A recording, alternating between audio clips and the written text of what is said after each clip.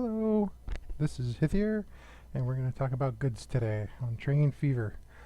Okay, so last time we talked about passengers and how to get everything right there with getting the people to your train lines and how important that is, and the frequency times and how that's important towards getting more people on your lines. Well, now we're going to talk about goods, so let's unpause. And I have a goods train, and this goods train is, stay zoomed out, it's running wood from here to here. So I suppose it's not actually a good train, it's a raw material train. And then this here turns it into goods. It's producing 43. And then this stores goods.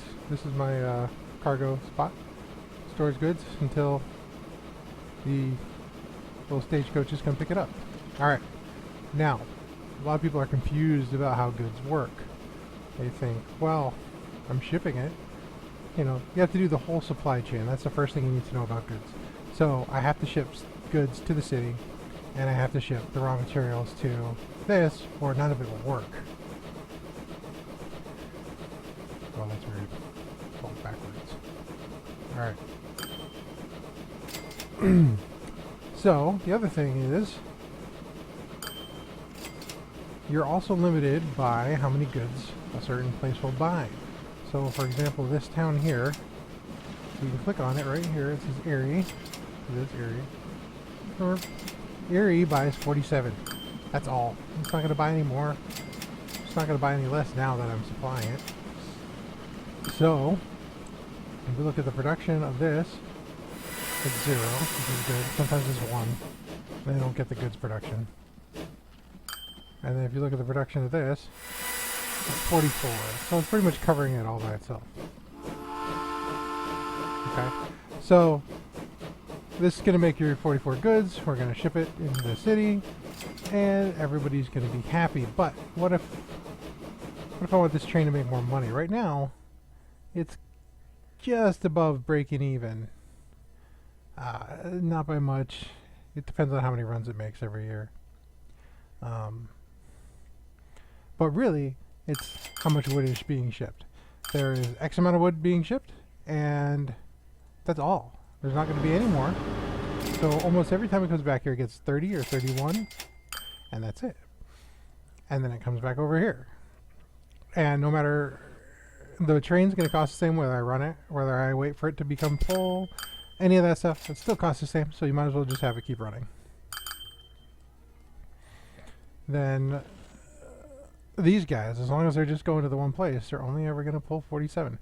So if I want this to be a bigger line, I can get more production out of this, but I need to ship goods to a new spot. So I could do it by train and have a train come all the way to Stamford, and that would be a huge line. But when it's long like that, the goods are sitting around too long, and we don't have fast enough trains right now to make that run.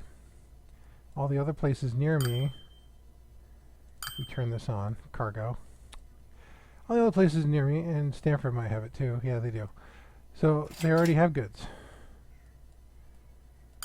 Just the game is already giving goods to Tulsa, and there, and over here, Minneapolis, everywhere has goods, pretty much. It's not everywhere. Richmond has no goods. So I could ship all the way to Richmond, but again, no train is fast enough to make it there and back and still have them ship the goods on that line. Now, I could do 2 trains, but I'm probably not going to be able to support 2 trains to one city. If it was, you know, filling 2 or 3 cities, maybe. Let's say if I put it to here, Reno and Henderson. And I might even be able to put it to Augusta. So I like park it somewhere in here. I can have little trucks shipping out from there.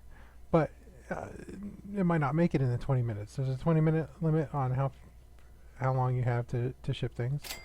And that is that. You can't go over that. And it would probably take more than 20 minutes to go all the way over there and back. Or even just all the way over there.